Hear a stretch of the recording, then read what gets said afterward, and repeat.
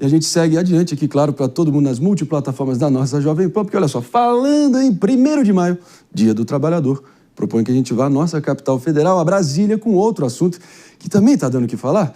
Dessa vez, uma tradição pode ser quebrada, olha só. Nesse caso, eu me refiro ao presidente Lula, que não deve participar dos atos do Dia do Trabalhador. É isso, Marília Ribeiro. Por que será? Será que é para evitar as imagens constrangedoras do ano passado? Qual é o raciocínio por aí? A boataria está apontando em qual direção? Conta pra gente aqui, sem maquiagem, a verdade dura, crua e nua. Vamos lá. Oi, Marinho. Bom dia para você, a todos que estão nos acompanhando. Pois é, o presidente Lula não deve mesmo participar de nenhum ato nesse dia 1º de maio, que acontece nesta quinta-feira. E isso que a gente ouve de alguns aliados é que, de fato, ele quer evitar eventos vazios, assim como aconteceu no ano passado. E o que o presidente Lula deve fazer é um pronunciamento em cadeia nacional, que vai ao ar nesta quarta-feira, às 8 horas da noite, no rádio e na TV. E o que ele deve falar nesse pronunciamento? Ele vai pontuar os seus feitos para a classe trabalhadora, como, por exemplo, o projeto de lei que foi enviado para o Congresso Nacional, que trata da isenção do imposto de renda para aquelas pessoas que recebem um valor de até R$5.000. Projeto esse que deve começar a tramitar mesmo, André, só apenas no 2º semestre, isso de acordo com o presidente da Câmara dos Deputados, Hugo Mota. Ele já afirmou que a expectativa é que esse projeto tem aí a sua finalização dentro da Câmara dos Deputados entre os meses de setembro e dezembro, ficando logo mesmo para depois do recesso parlamentar que acontece no mês de julho. Vale só a gente ressaltar um pouquinho aqui esse processo que vai ter esse projeto, né? Ele vai passar por uma comissão especial que vai ser relatado esse texto pelo ex-presidente da Casa, Arthur Lira. Depois de passar por ela, ele vai precisar também passar pela Comissão de Constituição e Justiça e só depois ele vai ser levado para a votação dentro do plenário da Câmara dos Deputados. Em seguida, ele ainda vai precisar passar pelo Senado Federal. E aí vem para o presidente Lula poder sancionar. Fato é que os parlamentares já avisaram que vai ter mudança nesse texto. Outro ponto que deve ser dito pelo presidente Lula é a questão aí do fim da escala 6x1.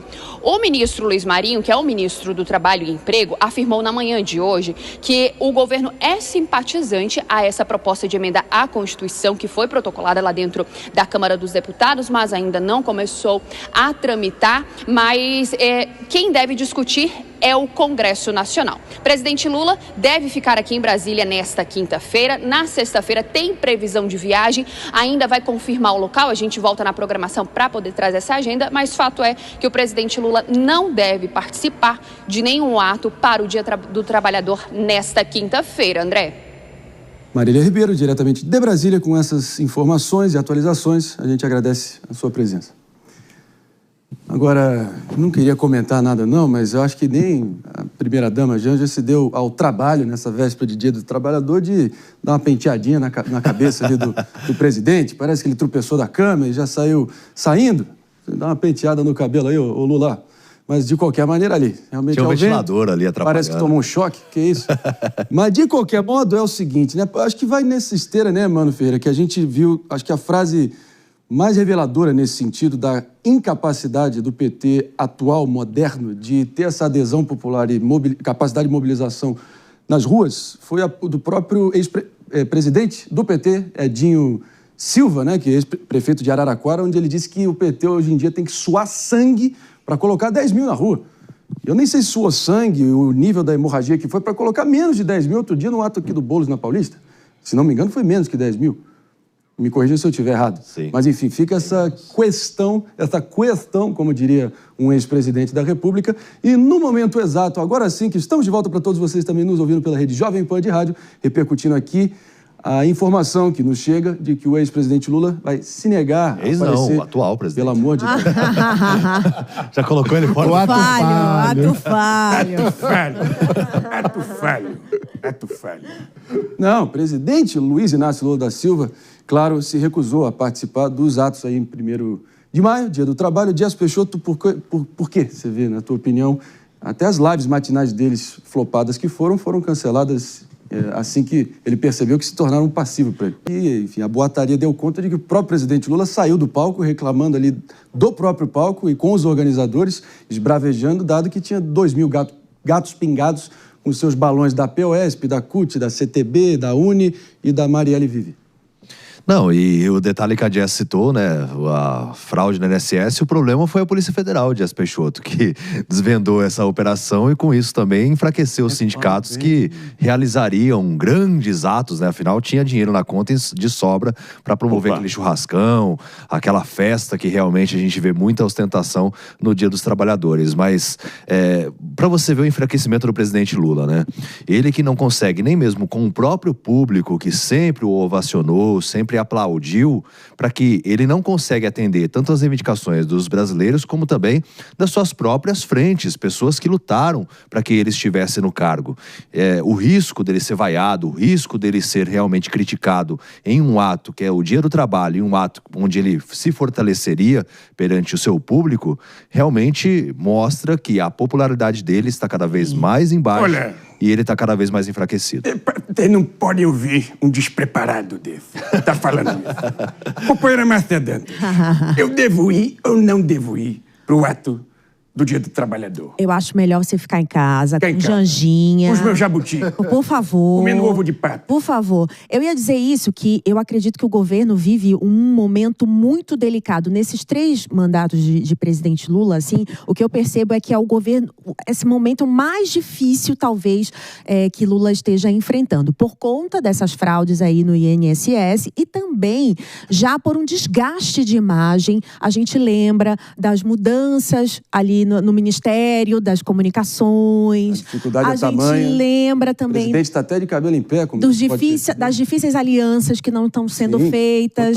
Né? Então, assim, existe sim esse desgaste de imagem do presidente e ele recebeu ontem, por conta de não ir amanhã nesses atos, ele recebeu algumas centrais sindicais lá no Congresso e fizeram uma reunião, apresentaram propostas e amanhã, durante essa gravação que ele fez para ser colocada em rede nacional, ele deve falar sobre aquele empréstimo que foi feito a partir do dia 21 de março, né, que foi liberado, e também deve falar sobre essa novidade do imposto de renda, da isenção até R$5.000. Então, aquele empréstimo com o nosso dinheiro? Exatamente. Aquele empréstimo que ele liberou para a classe média ficar feliz, para todo mundo, enfim. É isso. Mano Ferreira, talvez um dos grandes, não vou dizer algozes, mas em algum momento definitivamente foi, especialmente ali na reta final da eleição de 89, do Lula, pela disputa ali de quem enfrentaria Fernando Collor, foi Leonel Brizola, certo? E o Brizola dizia aquela frase que para mim é perfeita, de o que vale é a foto. Mesmo Brizola que chamou Lula de o sapo barbudo, não sei se você lembra disso. Exatamente. Mas ele tá, enfim, o que vale é a foto e definitivamente é para evitar imagens constrangedoras no ano pré-eleitoral. Pois é, Marinho, e eu diria que essa foto representa ainda mais, do ponto de vista histórico, do que apenas a crise de popularidade que vive o governo Lula e que é uma crise real. Representa também o fim de uma era na política brasileira. Uma era que começou lá atrás com Getúlio Vargas, onde o trabalhismo, a esquerda brasileira, era baseada em grande parte na mobilização de estruturas sindicais para a realização das suas manifestações, e não apenas, mas também para a sua força eleitoral. E a gente está vendo uma transformação da sociedade brasileira de tal modo que essa estrutura social dos sindicatos já não tem mais a força política que teve por quase um século. E então, eu diria até que a crise do INSS acaba sendo um efeito desta outra causa estrutural, que é o como os sindicatos não representam mais a parcela dos trabalhadores que outrora representaram, que fez com que os sindicatos tivessem uma crise muito grande de arrecadação com o fim da obrigatoriedade do imposto sindical. Veja só, Marinho, quando o PT surge nos anos 80, o PT defendia o fim da obrigatoriedade do imposto sindical com a justificativa de que, se a arrecadação dos sindicatos tivesse que ser voluntária, os sindicatos seriam mais representativos da classe trabalhadora. Olha só! Depois, a gente viu como o PT mudou o seu discurso histórico e passou a defender o imposto sindical, porque sabia que não teria mais capacidade de ter o convencimento dos trabalhadores para a contribuição de uma forma eficiente para os seus planos eleitorais.